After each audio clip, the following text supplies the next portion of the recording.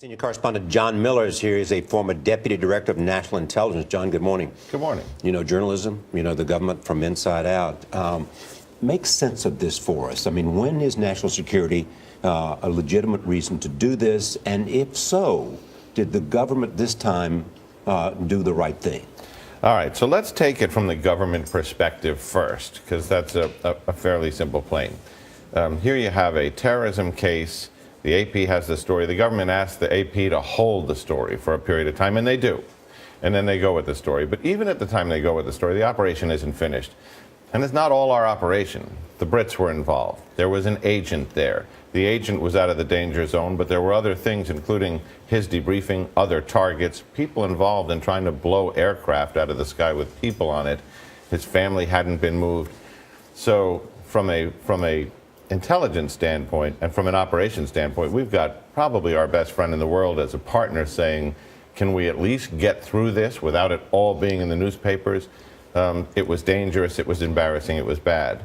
So moving forward from that, in a normal case, if I want to know who gave John Smith classified information, I get all John Smith's phones, his emails, his texts, I dump everything and I sort through it till I find somebody who had that information.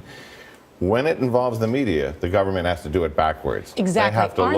They have to look at all their own phones, all their own emails, and then get to the media outlet last. In fact, there are specific regulations that require subpoenas for reporters' records to be narrowly focused, right? And you have to exhaust other remedies. In past cases, John, as you've explained, the government goes to the reporters and say, turn these over. Why did they skip that step? Well, I don't know why they skipped that step, and that's in the list, which is they have to negotiate with the news organization before they go to a subpoena. Now, there's some investigative reason they skipped it. They knew they'd have to justify it. I don't know what that reason is, but I believe the Attorney General will be asked about it later today. Let me ask you this. Is there any reason that the president would have known about this and authorized these searches of reporters' records? I don't think the president would. I mean, in a normal case, the president wouldn't have gotten into the weeds about what subpoenas would be issued and all that. But this would be handled on the level of the Attorney General. And as we learned from Bob, it was handled on the level of the deputy.